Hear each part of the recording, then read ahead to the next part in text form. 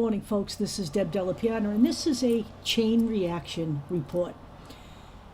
You know, before I go into, the real heart of this conversation, I know I look a little bundled up here today, but it is really quite cold, which I find just totally invigorating after this summer.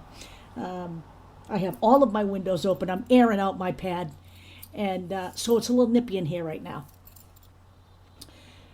But there's a couple of little things I'd like to comment on before we get into the crux of the issue. Number one, let's talk about healthcare workers who refuse the vaccine. In my mind, you need to find another fucking career. Work at home online. I don't know, do medical billing, whatever the fuck floats your boat. But the notion that, let's remove the whole you're exposing yourself to COVID thing. Let's get rid of that conversation entirely, because that's your fucking right, okay? That's the only part of what you're doing that is your right, okay? Let's understand something here. You are working in a healthcare environment, okay? Yes, you may be working with people who have COVID, but you are also working with people who don't have COVID. And you have absolutely no constitutional right on any level to refuse a vaccine, work in a healthcare environment, and potentially pass COVID on to other people. If you don't like the mandate in the healthcare business and in the public health sector to get the COVID-19 vaccine, then get another fucking job. You deserve to lose your job. It's the end of the story. Let's also talk about the nonsense that your children, once it is available, should not be vaccinated with COVID-19 to attend school. My children had to be vaccinated for hepatitis, measles, mumps, rubella, and a whole other host of illnesses. I remember having to get from my doctor a list of vaccinations to make sure my kids were up to date. You are talking about a germ factory when you are talking about school. And you not only potentially bring your disease to other children when you send your children irresponsibly to school sick or unvaccinated, but you bring it home. And you may have elderly people. I had a girl that worked in my store who was not eligible for COVID-19. And when this thing first hit, she took a leave of absence because she lived with a 96-year-old grandmother and did not want to bring it home. So I think we need to understand something here. There is this thing called public health, and everybody is entitled to keep themselves safe. You do not live on a fucking island where you can choose to do whatever you want. You live in a nation of 335 million people, and everyone has the same rights. Now, you don't want to keep yourself healthy? You want to go on with this natural immunity bullshit? You go right the fuck ahead when you live on an island. But when you're going to send your kids to school, the notion that you shouldn't have to quarantine your children when they come down with COVID, that you could just send them into the school environment? How narcissistic do you want this country to get? It's absolute fucking lunacy. And I'm sure I could be much more popular if I just parroted the narrative. If I just went out there and said, just avoid the vaccine. Instead, buy a nebulizer and inhale food-grade hydrogen peroxide, like Dr. Merkler is peddling now. And other doctors out there saying, drop in some iodine while you're at it. Continue to take ivermectin, a horse dewormer. And continue to take hydrochloroquine, which has shown absolutely no effect whatsoever on COVID-19. You want to put all this shit in your body. By the way, inhaling food-grade hydrogen peroxide can be fatal. You want to put all this shit in your body because you're worried about a vaccine? I'm going to tell you something right now. There's something fucking wrong with you, okay? You need help. And if you believe Joe Rogan cured his COVID-19, with ivermectin and hydrochloroquine, you are much more a sheep than any of us are. So let's get on with what I'm really here for. The notion that we can ignore Donald Trump and expect him to just disappear is bordering on utter stupidity.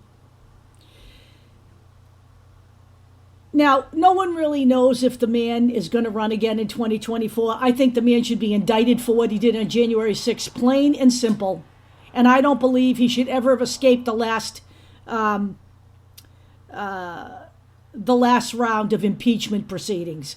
The only thing that stopped that was the political will of this nation and the proof positive that the GOP cares about party loyalty more than they care about the citizens. So, right now in 2020, for 2022, Donald Trump has endorsed 36 candidates. I can assure you none of them are mentally astute, and none of their positions have anything to do with anything that this country needs right now. So let's talk about who they are. This all can be found on Ballotopedia, by the way. None of this is secret, okay? This isn't made up shit. Okay, this is where this is taken from. So, many of them are incumbents.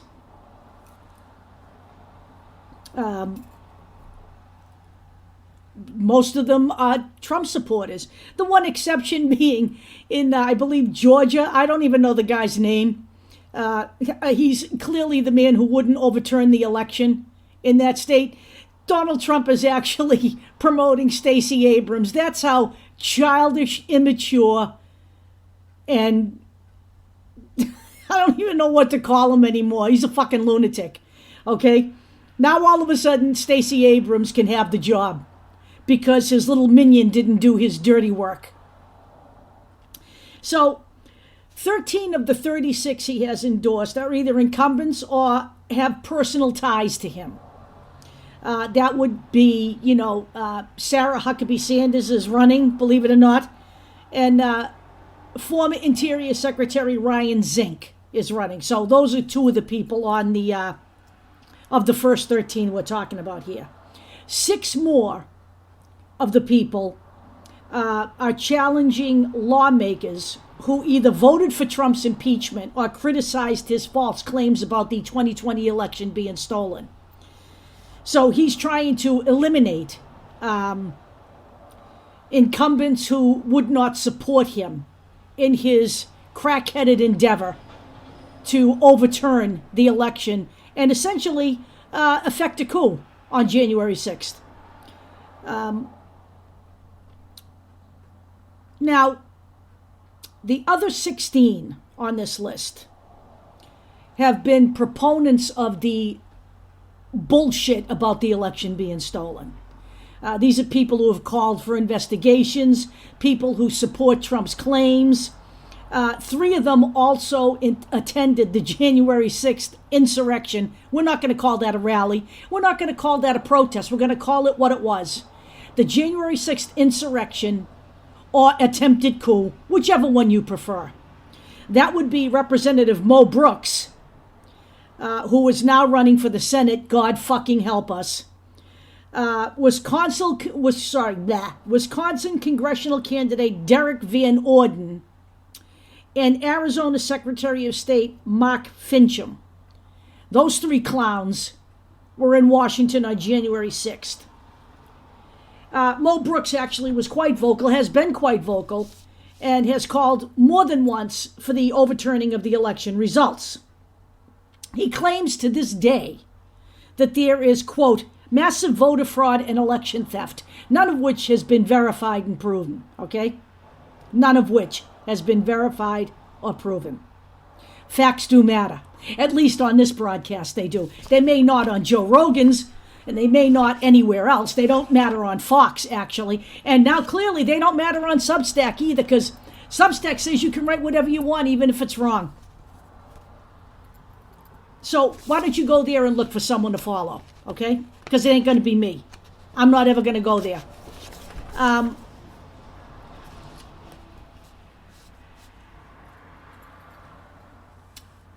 Mo Brooks also stated, via Twitter, of course, the one website where you only have to have a limited amount of characters to prove you're an idiot. That what happened in Washington on January 6th is a result of refusing to acknowledge rampant fraud. Let's talk about some of the other people here, though, really quickly. We have Herschel Walker, former football player. Maybe he's been hit in the head. He has CRT, I don't know. He's a real fringe candidate. He is very pro Lynn Wood and Sidney Powell, Trump's attorneys, who are, really should actually be disbarred. And he is claiming that there is very serious election fraud. Herschel Walker, running for the Georgia Senate. Nevada Senate candidate Adam Lexalt has promoted multiple debunked theories, including about dead people voting and voters illegally casting ballots after moving. Pennsylvania Senate candidate Sean Parnell, who has claimed that most of the ballots in the state have not been counted. As you know, Pennsylvania is in the middle of a recount. Now we have Alaska Senate candidate Kelly Shibaka. Sorry about messing that up, old Kelly. She's challenging Senator Lisa Murkowski. I believe she's very much right-wing Christian as well. Florida House candidate Anna Paulina Luna. She claimed that voting machines switched votes. And she said, I quote, "The 2020 election is compromised due to the software, the coding, or glitch to flip votes to Biden." She said, "We must fix this for future elections." Let's see. Georgia Lieutenant Governor candidate Burt Jones was stripped of his state legislative chairmanship by Lieutenant Governor Geoff Duncan, who's a Republican, over his voter fraud claims. But nevertheless, he's running, and Trump is endorsing.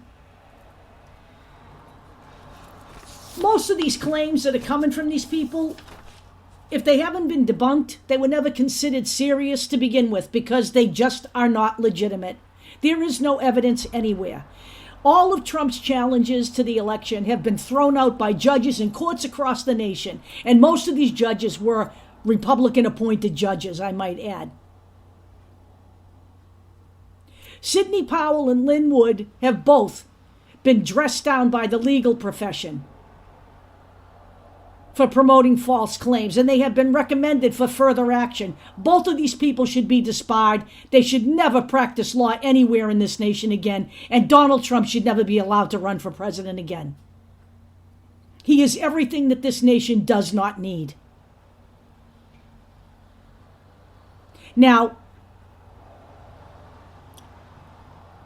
I will criticize the other side when it's necessary. But I will never again put both sides in the same trash bucket. That is just not going to happen. That is part of the realization that I came to, and part of the realization that most of this group came to. Those who did not come to that realization are no longer working with us. We have no intention of breaking bread with the right. The main reason we don't have any intention of breaking bread with the right is because they do not acknowledge rights for everybody. That's basic and fundamental to this group's beliefs. We all get the same rights here, not just white people, not just straight people, and women are not second-class citizens. That's it for today. We will be back again, I'm not sure when. But we hope you all have a lovely day. Have fun with your hydrochloroquine.